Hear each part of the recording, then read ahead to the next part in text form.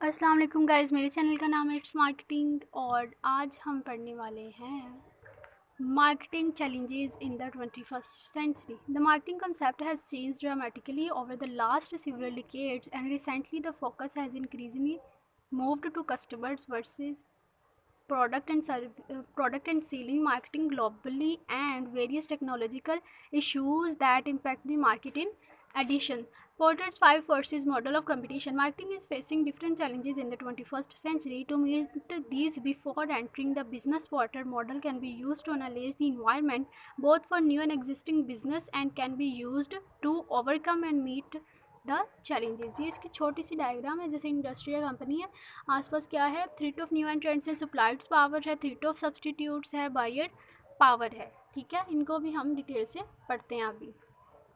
Threat of new entrants क्या होता है? Ratio of new entrants in the industry greater the ratio greater will be intensity of competition.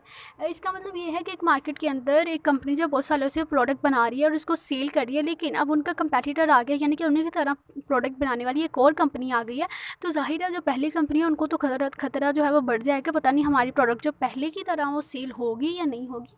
तो ये एक risk है। ठीक है, bargaining power of buyers when competition is intense and number of manufacturers is greater, the buyer have more options for product।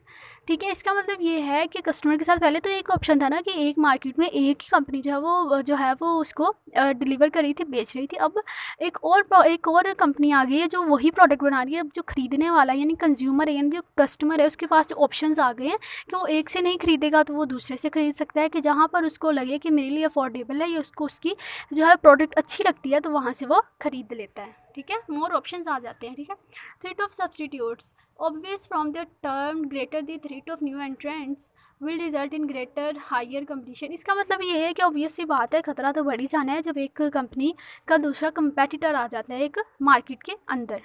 ठीक है, फिर bargaining power of suppliers greater number of the suppliers will provide the strong buying power to the manufacture customers and vice versa. Bargaining power of suppliers, इसका मतलब ये है कि बेचने वाला, यानी कि ज़रूरी नहीं है कि कंपेटिटर्स आ जाएं तो हमारे जो है वो कस्टमर जो है वो टेम्परेरी हो जाते हैं, ऐसे नहीं है। जो परमानेंट कस्टमर होते हैं ना, यानी कि उनकी एक ही जो है वो कंपनी से प्रोडक्ट खरीदते हैं, तो वो फिर उन्हीं से खरीदते हैं। चाहे एक जो है वो मार्केट के अंदर चाहे 10 भी कंपेटिटर क्यों ना आ जाए, वो उसी कंपनी से खरीदेंगे जिससे कि वो खरीदते हैं, क्योंकि उनके परमानेंट कस्टमर बन जाते हैं और उनको उनकी प्रोडक्ट ही सुइटेबल रहती है। ठीक है, where rivalry among competing firms in industry, large number of the manufacturers and greater number of product variety increase the rivalry among the competitors, which demands for more quality and customer satisfying products in order to meet the competition। इसका मतलब ये है कि जाहिर है अगर एक company जो है एक कंपनी के बहुत सारे कंपेटिटर्स आ गए, जाहिर है सभी प्रोडक्ट बनाने में मेहनत करते हैं। जाहिर है एक प्रोडक्ट ऐसे तो नहीं बन जाती, बहुत जो उसके एम्प्लॉयज़ होते हैं, जो मैनेजर होते हैं, वो सब मेहनत करके ही प्रोडक्ट बनाते हैं। लेकिन इन सब कंपनीज़ के अंदर एक ऐसी कंपनी होती है जो थोड़ी सी इनसे ज़्यादा मेहनत करके सबसे आगे निकल जाती है, जैसा कि इस पिक में दिखाया गया है। ठीक है, फिर इसका जो है वो नेक्स्ट है कनेक्शन विद कस्टमर, कि कस्टमर के साथ कांटेक्ट में रहना, कि जैसे ही वो कोई ऑर्डर करे तो उसको वो टाइम पर डिलीवर करना, इसी तरह परमानेंट कस्टमर बनते हैं। ठीक है, फिर है greater diversity and new consumer connection have meet greater market. ठीक है, direct marketing in buyers are now active participants in shaping and marketing offer and process। Some companies allows buyer to design their own products online। हाँ, बहुत सारी company जो है वो इस बात की भी जो है वो रखती हैं चॉइस के जो उनका कस्टमर है वो ऑनलाइन उनको ऑर्डर कर सकता है कि हमें ऐसे प्रोडक्ट चाहिए, तो उनको उनके कहने के मुताबिक उस प्रोडक्ट को जो डिज़ाइन भी कर देते हैं। ठीक है, some marketers have held direct marketing as the marketing model of the next.